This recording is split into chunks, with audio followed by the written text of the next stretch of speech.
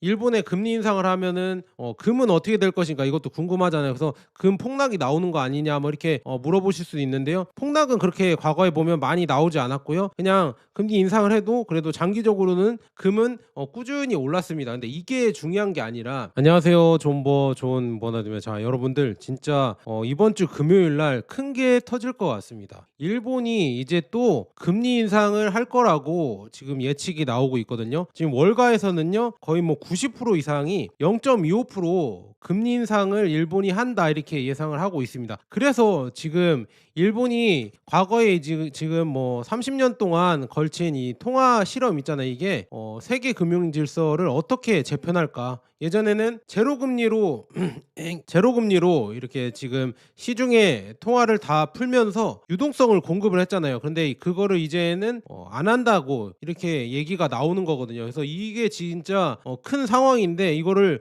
우리가 예의주시해야 되거든요. 그래서 이거를 해석을 잘 해야 됩니다. 그래서 우리가 뭐 투자하고 있는 주식이나 아니면 뭐 비트코인도 있겠죠. 비트코인은 일본이 금리 인상했을 때 과연 어떻게 움직였을까? 그리고 금은 과연 어떻게 움직였을까? 그리고 시장은 어떻게 움직였을까? 이게 궁금하잖아요. 그래서 그런 얘기 쭉 해드리면서 앞으로 펼쳐질 시나리오들 한번 보시면서 우리가 어떻게 대응을 해야 될까 이걸 한번 보도록 하겠습니다. 자, 그래서 일본이 지금 금리 인상을 한다고 하면요 이제 다음 달부터 5천억 달러 규모의 ETF를 매각을 해야 된다고 합니다. 그래서 1월 달부터 이제 이거는 뭐 9월 달에 정해졌다고 하는데 미국 국채를 가장 많이 보유하고 있는 일본이 일본 중앙은행이요. 그래서 경제 안정화를 위해서 약 5,340억 달러 이 규모의 국채를 매각할 예정이라고 합니다. 이거는 확정이 되어 있어서 이제 어떻게 매각하냐가 이게 거기에 따라 달려 있는데요. 지금 보면 1월부터 ETF를 판매 시작 예정인데 중요한 건 이 블룸버그 기사인데 112년 동안 그러니까 너무 빠르게 매도를 하면 시장에 큰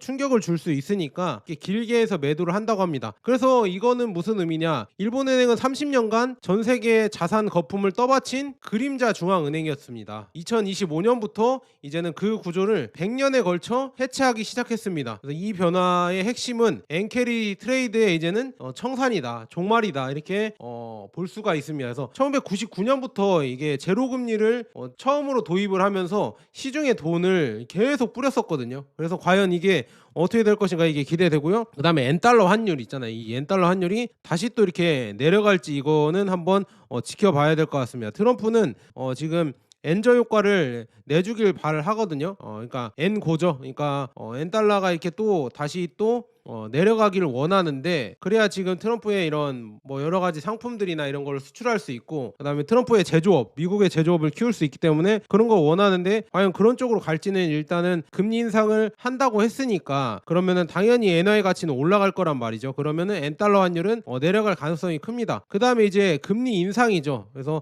30년 만에 이런 변화인데요. 자, 여기 나와 있죠. 일본은 1995년 이후 30년간 기준금리를 0.5% 이하에서 이거 마이너스 포함해서 유지를 했습니다. 그래서 30년의 마의 벽이 있었어요. 근데 이제는 그거를 돌파한다. 0.5의 마의 벽이 있었는데 이거를 돌파해서 0.75% 인상 가능성은 이거는 완전 구조적인 변화입니다. 0.5 이상을 30년 동안 넘지 않았는데 그거를 넘는다는 거는 이거는 진짜 큰 변화다. 그래서 0.5에서 0.75 올리는 게 뭐가 그렇게 큰 변화냐 이렇게 말씀을 하실 수도 있겠지만 그동안 제로금리로 엄청나게 갔다는 얘기고 그다음에 0.5에서 0.75 오르는 거는요. 이 여러분들 비율 있잖아요. 이 뭐 상승률이라고 하죠. 이게 50%예요. 그래서 우리가 뭐 1, 2%가 뭐 대수냐 이렇게 할 수도 있겠지만 이 상승 폭이 50%가 오르는 거니까 엄청나게 크게 자산 시장에 영향을 줄 수 있는 이런 퍼센트다 이렇게 볼 수가 있습니다. 그래서 지금 엔캐리 트레이드의 구조와 그 위험성을 보면요. 기존에 지금 저금리 엔화 차입을 하면서 해외 투자를 하면서 고수익 자산이 있잖아요. 엔캐리라고 하죠. 이게 이제 추정 규모가 14조에서 20조 달러 규모라고 하거든요. 그래서 미국의 1년 GDP급이라고 합니다. 그래서 금리 인상 플러스 엔화 강세가 기대되면서 자금이 이제는 회수되면서 일본으로 들어올 수가 있겠죠. 그래서 이제 금리가 오르면서 이제는 일본에 투자해야겠다 이렇게 매력적으로 일본 쪽으로도 들어올 수가 있다. 근데 중요한 거는 이 절대금리 아까 말씀드린 0.5에서 0.75 오르는 게 뭐가 그렇게 높게 오르냐 이렇게 물어볼 수도 있겠지만 절대금리가 중요한 게 아니라 이 방향성입니다. 이제는 돈을 풀었던 일본이 이제는 이제는 돈을 줄이고 돈을 이제 다시 또 일본으로 빨아들이겠다 이런 식으로 나오기 때문에 시장의 유동성이 묶일 것 같으니까 그러니까 지금 계속 걱정을 하는 겁니다. 그래서 지금 보면 일본은행이 연준이나 ECB나 PBOC 있잖아요. 이런 중국이나 뭐 유로 그다음에 미국 이런 은행보다 더 큰 영향력을 글로벌 자산 시장에 자산 가격에 좌우해 왔거든요. 왜냐? 마이너스 제로 금리로 그냥 계속 돈을 푸니까 여기 그 힘의 근원이 여기 있죠. 제로 금리로 엔캐리 트레이드를 해서 글로벌 자산 시장에 유동성을 공급했잖아요. 이게 말이 어려운데 그냥 돈을 뿌렸다. 이렇게 생각하시면 될 것 같아요. 제로금리로 돈을 뿌렸다. 제로금리니까 다 너도 나도 빌려서 일본한테 빌려서 뭐 5% 6% 주는 미국 채권에 투자하거나 아니면은 뭐 막 저기 날아가는 팔란티어나 엔비디아 뭐 이런 데에 투자했다는 얘기죠. 여기에서 지금 거의 이자가 없는 금리를 빌려서 이렇게 했는데 이제는 25년 9월부터 일본은행은 이 체제를 의도적으로 이제는 종료하기 시작했습니다. 그래서 그런 변화가 있다는 게 지금 가장 큰 거고요. 그리고 일본은 어떻게 이 세계의 그림자 중앙은행이 되었을까? 이게 뭐냐면 여기 나와 있죠. 1999년 일본은 세계 최초로 사실상 제로금리를 도입했습니다. 그래서 제로금리에 이거 도입된 의도는 뭐냐? 일본이 그만큼 디플레이션이 엄청나게 심했잖아요. 그래서 디플레이션을 극복하기 위해서 이 제로금리를 도입을 했었고요. 이 예기치 않은 결과가 근데 발생했죠. 일본의 저축 연기금이나 보험, 은행사들이 이게 제로금리가 되니까 국내 수익률이 붕괴를 하는 겁니다. 그러니까 해외 고수익 자산을 찾아서 이제 나가는 거예요. 우리나라 서학개미처럼 여기도 지금 국민연금이 해외로 나가는 것처럼 일본도 연기금이나 보험사가 다 해외 쪽으로 이렇게 돈이 나갔다. 그래서 지금 엔화로 저금리에 돈을 빌려서 지금 달러, 유로, 신흥국 이 통화로 환전을 해서 여기 투자를 하면서 엔캐리가 계속 30년 동안 나갔다는 얘기죠. 그래서 이 트레이더 메커니즘은 우아하면서도 단순한데요. 그냥 제로 금리로 엔화를 빌려서 엔화를 차용하고 달러, 유로, 파운드 신흥시장으로 환전한 후에 3%에서 5%의 수익을 올린다. 이 개념을 이해하시면 될 것 같아요. 그래서 이런 식으로 해서 쭉 채권 시장이나 주식이나 상품이나 뭐 비트코인이나 금이나 이런 데에 쭉 투자가 됐다. 그래서 결과적으로는 엔화는 이 글로벌 자금 조달 통화가 됐다. 기축 통화이기도 하잖아요. 그래서 지금 일본 자금 유출 시에 이 자산 가격 상승, 그다음에 회수 시에는 폭락이다 이렇게 나와 있으면 이런 뭐라 그러지 메커니즘으로 계속 이렇게 돌아갔었다 이렇게 볼 수가 있고요. 그래서 지금 뭐 시중에 풀리는 자금이 대체 얼마냐 뭐 이렇게 다들 막 물어보잖아요. 의문이 많잖아요. 제가 쭉 한번 사례를 들어보자면 국제결제은행 BIS는 한 2,500억 달러 정도 추산을 하고요. 그다음에 민간 연구자들은 5천억 달러, 또 일부는 2조 달러가 가능하다 이렇게 예상도 하고 있고, 한국은행의 분석에 따르면은요, 뭐 3조 4천억 달러로 추정이 된다. 이 어마어마한 규모다 이렇게 예상이 되고 있다고 합니다. 그래서 지금 이런 엔캐리 트레이드가 이렇게 만약에 이런 큰 자금이 회수가 된다고 하면 어떻게 됐을까? 과거 사례를 한번 보자고 하면은요. 리먼 사태 때 이제 보면은 엔화 달러가 엔화가 이 달러 대비 30% 급등을 했어요. 그래서 캐리 트레이드가 급청산되면서 이 영향은 신흥국 채권, 그다음에 고수익 채권, 원자재가 동반 폭락을 했습니다. 그래서 5천억에서 1조 달러 규모의 유동성이 증발을 해버렸고요. 결론은 일본의 금리 정책은 전 세계 자산 가격의 중력이다. 이 힘이 작용이 된다. 엄청난 영향을 준다는 이렇게 사례로 볼 수가 있었고요. 그 다음에 지금 보시면 과거 사례가 보여준 엔캐리 청산의 또 파괴력이 또 몇 개 더 있는데요. 24년 8월에 일본이 0.25% 인상을 했잖아요. 그 인상 후에 한 달 뒤에 뉴욕 증시가 급락을 했었죠. 그 다음에 25년 1월에는 발작이 없었습니다. 그래서 추가 인상이 없다는 명확한 메시지 덕분에 이렇게 발작이 없었는데 오른 게 없었는데 이번에는 0.5% 이제 상단이 돌파하고 그다음에 추가 인상이 기대된다는 점에서 아마도 큰 변화가 있을 것이다 이렇게 예상을 하고 있습니다. 이렇게 볼 수가 있고요. 그다음에 비트코인 한번 보셔야죠. 비트코인이 지금 일본이 일본 금리 인상할 때마다 비트코인은 20% 이상씩 폭락을 했다고 합니다. 그래서 지금 보면 12월 9일 날 이제 25bp 0.25% 금리 인상을 하는데 과연 비트코인이 얼마나 빠질까 이거를 예상하는 사람들이 있는데 자 여기 보시면 2024년 3월에 일본이 금리 인상을 하니까요. 비트코인이 23% 빠졌습니다. 그리고 24년 7월에는 26% 빠졌고요. 지금 25년 1월에는 31% 빠졌습니다. 이제는 또 빠진다고 하면은 이제 7만 달러까지 빠질 수 있다 이런 예상까지 나오고 있습니다. 그러니까 여러분들 비트코인 비트코인을 너무 빚내서 많이 하지 마셔라 제가 말씀드리잖아요. 이게 유동성이 빠지면 그냥 빠지는 시장이기 때문에 정말 조심해야 된다 이렇게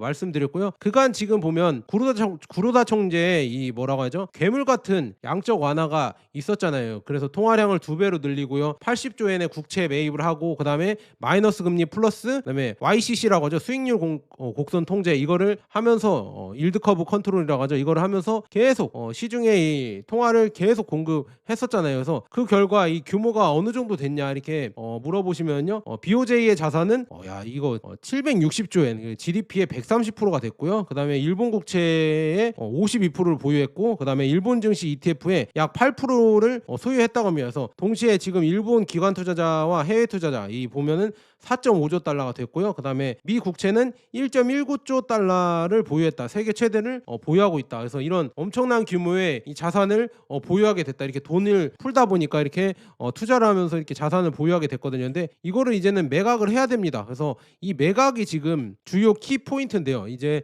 1월부터 ETF나 이런 거 국채나 이런 거를 매각하는 규모가 5,340억 달러 어마어마하죠. 이 규모를 하는데요. 지금 시장 충격을 최소화하기 위해서 장부가 기준으로 연간 약 3,300억 엔 이 정도의 점진적으로 한 3조 정도 되는 거겠죠. 그래서 이 속도를 유지할 경우 전체 매각 완료까지는 112년이 소요된다. 그러니까 천천히 진짜 천천히 피해가 안 가게 매도를 한다는 이런 계획을 세웠다고 봅니다. 그래서 이렇게 보시면 될 것 같고요. 그래서 지금 일본은행의 ETF 규모를 보면은요 5,340억 달러 시가 기준으로 해서 이렇게 나와 있고요. 장부가 기준으로는요 37.7조 엔이라고 합니다. 그래서 한 이렇게 하면 반절이니까 2천억 달러 정도 되겠죠. 2,500억 달러 정도 그 정도 되는 것 같고요. 일본 증시 급등으로 막대한 미실현 이익이 누적된 상태이다. 그래서 이거를 엄청나게 일본 증시가 급등을 하면서 ETF 미실현 이익이 급증을 했거든요. 이걸 또 매도를 해야 돼요.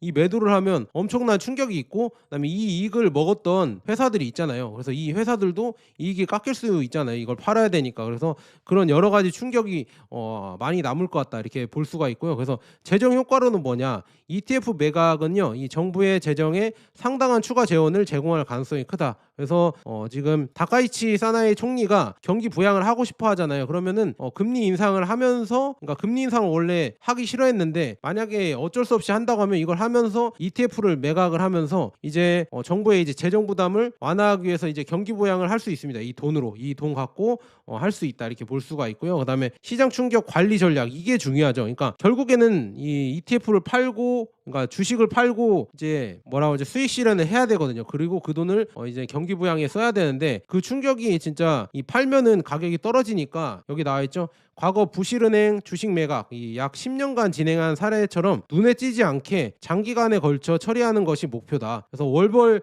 매각 속도는 일정하게 유지할 계획이고요. 단 글로벌 금융위기급의 이 충격 발생 시 매각 중단 가능성을 열어뒀다. 그런데 이제는 다 알기 때문에 이거 충격이 있을 것 같거든요. 살살 판다고 해도 결국에는 사지 않고 이제 판다는 얘기잖아요. 그러니까 중요한 거는 이 패러다임이 엄청나게 변했다. 그래서 일본 중앙은행 BOJ가 이 풋옵션이 이제 소멸됐다 이겁니다. 과거에는 무한 매수자로 계속 이 무한 매수법이라고 하죠. 그런 것처럼 무한 매수자로 일본 주식에 계속 이 암시적인 이 풋옵션이 존재했는데 근데 이제 현재는 이제 100년짜리 매도자가 됐습니다. 그래서 그 의미는 뭐냐? 일본 주식의 리스크 프리미엄이 재산정돼야 되고요. 그다음에 글로벌 증시 전반에 파급이 있을 것이다. 이렇게 예상이 나오고 있습니다. 이제는 매도자로 변하면서 일본 주식의 전체 위험 계산을 변화시켜야 된다. 그래서 암시적 풋옵션이 사라졌고 암시적 콜옵션이 나타난 것이다. 뭐 이렇게 볼 수가 있네요. 이게 정말 무서운 지금 상황이고요. 그래서 지금 과거 사례로 보여준 엔케리 청산의 파괴력을 아까 봤었고 그다음에 이 금리 인하 할 때 이제 금리 역전 현상이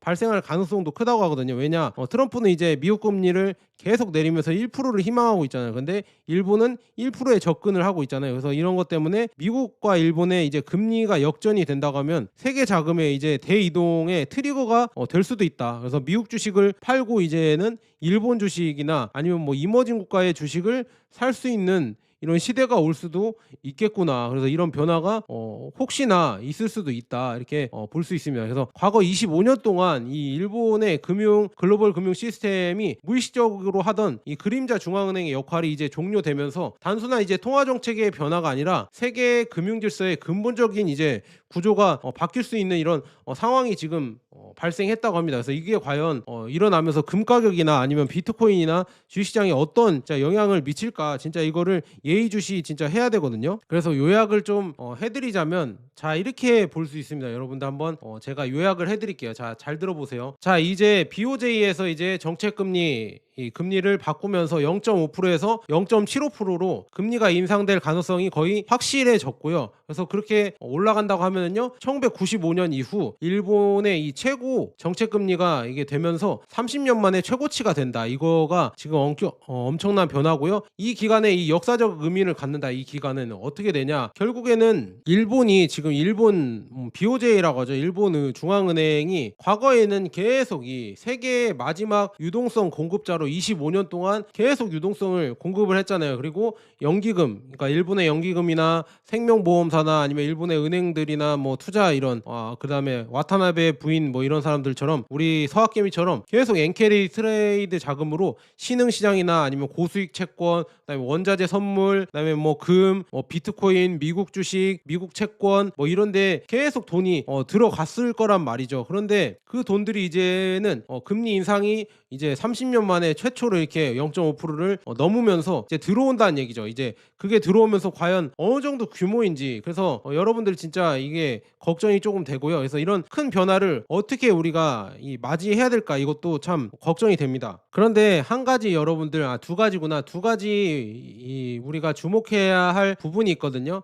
첫 번째는 뭐냐면요, 이게 시장에 얼마나 이제 파급적으로 엔캐리 트레이드가 정확한 규모를 모르잖아요. 뭐 한국은행에서는 뭐 3조 4천억 달러다, 아니면 다른 데서는 뭐 2조 달러다, 아니다 뭐 2조 달러도 안 된다, 뭐 이렇게 얘기를 나오니까요, 얼마가 되는지 모르고요. 그리고 이미 상당 부분 미리미리 청산했을 가능성도 있거든요. 그러니까 이게 어느 정도 지금 영향을 미칠지 확실하게는 모릅니다. 그리고 지금 주식이 빠지고 있지만 이것 때문에 빠지는지는 모르겠어요. 이것 때문에 빠진다고 다들 생각할 수 있지만 얼마나 빠질지도 모르는 거고요. 둘째는 이 ETF 청산의 이 100년 일정 있잖아요. 112년 동안 매도를 한다 이렇게 하고 있잖아요. 그래서 이게 실제로 시장에 어떤 영향을 미칠지는 미미하다고 볼 수 있습니다. 미미할 수도 있고 아니면은 엄청나게 클 수도 있고, 이거는 좀 더 지나 봐야 될 것 같다 이렇게 볼 수 있습니다. 그래서 이거를 섣불리 예측을 할 수는 없는 것 같고요. 그 다음에 뭐 지금 보면 일본의 금리 인상을 하면은 금은 어떻게 될 것인가, 이것도 궁금하잖아요. 그래서 금 폭락이 나오는 거 아니냐 뭐 이렇게 물어보실 수도 있는데요. 폭락은 그렇게 과거에 보면 많이 나오지 않았고요. 그냥 금리 인상을 해도 그래도 장기적으로는 금은 꾸준히 올랐습니다. 근데 이게 중요한 게 아니라 미국의 금리 인하가 훨씬 더 금한테는 중요한 거는 달러 대비해서 금이 가치 있냐, 이것도 중요한 거고요. 그 다음에 다극화가 이렇게 쭉 실행되느냐, 이게 더 중요한 상황이거든요. 다극화가 얼마나 실행되냐, 이게 중요한 거고요. 그다음에 세 번째로는요, 이제 세계 중앙은행들의 이 적극적인 금 매입이 내년에도 지속되는가, 이게 더 중요하죠. 이제 중국을 필두로 해서 뭐 러시아, 그다음에 여러 나라들 제3세계 국가들이나 아니면 인도, 그다음에 여러 가지 나라들이 이제 금 매입을 더 적극적으로 하는지, 그게 좀 더 중요해지고 있다 이렇게 볼 수가 있으면서, 그래서 그다음에 이제 지정학적 불확실성과 정치적 리스크 뭐 이런 거, 미중 무역 분쟁, 뭐 관세 정책, 트럼프의 이 행동 뭐 이런 거 봤을 때 여러 가지로 제가 봤을 때는 금의 상승 가능성은 내년에도 무궁무진하다. 그래서 금에 대해서는 저는 그렇게 걱정이 안 되고요. 앞으로 이제 좋은 호재들도 많이 있으니까, 그리고 글로벌 중앙은행들이 다들 금을 더 높게 쳐주고 있고요. 그다음에 이렇게 지금 엔캐리 트레이드가 청산되거나 이런 변화가 크게 올 것 같으면요, 결론적으로 제가 매번 말씀드리잖아요. 해지다. 그래서 내년에도 아마 해지가 유명해질 것 같다. 금과 은으로 해지한다는 이런 사람들이 많이 나타날 것 같다. 저는 그렇게 보고 있습니다. 그래서 여러분들이랑 저는 이제 25년 금모으기운동 하고 있잖아요. 그래서 이거 26년도 하려고 하거든요. 그래서 제가 링크 올려드렸잖아요. 저는 쿠팡에서 이렇게 사거든요. 쿠팡에서 금이랑 은, 실버바는 진짜 여러분들 현물로 구매하는 게 나은 것 같아요. 왜냐, 나중에 이제 매매 차익가 엄청나게 올라서 시세 차익이 커지면은요, 이 세금 문제가 발생하잖아요. 세금이 현물이 그냥 그나마 가장 낫다고 저는 보거든요. 그래서 현물로 투자하는 게 가장 좋은 것 같다 이렇게 말씀드리는데, 이거는 뭐 개인의 선택이니까 이렇게 잘 보시고요. 그래서 제가 이게 제품 보기란, 제 영상 하단 여기 왼쪽 하단에 제품 보기란이 있거든요. 여기 클릭하시면은 이렇게 떠요. 골드바랑 실버바 뜨는데요. 아니면 뭐 책이나 이런 거 뜨는데, 여러분들이 클릭하고 들어가셔서, 이게 쿠팡이에요. 들어가서 사시거나, 아니면은 뭐 책이나 아니면 다른 거 뭐 음식이나 이런 거, 아니면 여러분들 필요한 생필품 사주시면 저한테 조금 힘이 되니까 한 번씩 부탁드리고요. 저도 뭐 쿠팡에서 금이랑 은, 그러니까 골드바랑 실버바 모으고 있습니다. 자, 여기까지 좋은 번화되었고, 여러분 엔캐리 트레이드가 지금 시작됐더라도 뭐 금은 여러분들 꾸준히 이 중앙은행의 수요가 있기 때문에 꾸준히 올라갈 것 같습니다. 그래서 너무 걱정하지 마시고요. 뭐 비트코인은 조금 모르겠습니다. 이게 엔캐리 트레이드가, 그리고 주식이나 이런 데에는 자금이 빠질 수도 있으니까 그거는 좀 예의주시하면서, 또 변화가 있을 때 제가 이렇게 또 영상 마련해서 여러분들에게 얘기해 드리도록 하겠습니다. 자, 시장이 진짜 빠르게 돌아가고 있습니다. 그리고 금에 대해서도 여러 뉴스가 빠르게 나오고 있는데, 제가 빨리빨리 정리 못 해드려서 죄송하고요. 좀 지난 이런 뉴스들도 제가 좀 우리가 볼만한 뉴스들은 또 정리해서 영상으로 올리도록 할 테니까, 여러분들 구독, 좋아요, 알람 설정 꼭 부탁드리고요. 저는 뭐 미국 주식이나 아니면 뭐 중국 주식, 그 다음에 테크주, 금, 은 투자 이거 다 보고 있고, 전체 매크로도 한 번씩 여러분들이랑 보고, 그 다음에 지정학적 이런 변화, 국제 관계 이런 것도 다 보고 있으니까, 그냥 잡다하게 이 지식 채널처럼 경제 지식 채널로 가고 있으니까, 여러분들 꼭 구독과 좋아요, 알람 설정 꼭 부탁드리고요. 그다음 환율도 받을 때 한번 또 봐드리도록 하겠습니다. 진짜 할 얘기가 너무 많은데요. 진짜 뭐 시간이 좀 부족해서 너무 아쉽고요. 자, 여기까지 하겠습니다. 자, 여기까지 좋은 번화 됐습니다. 감사합니다.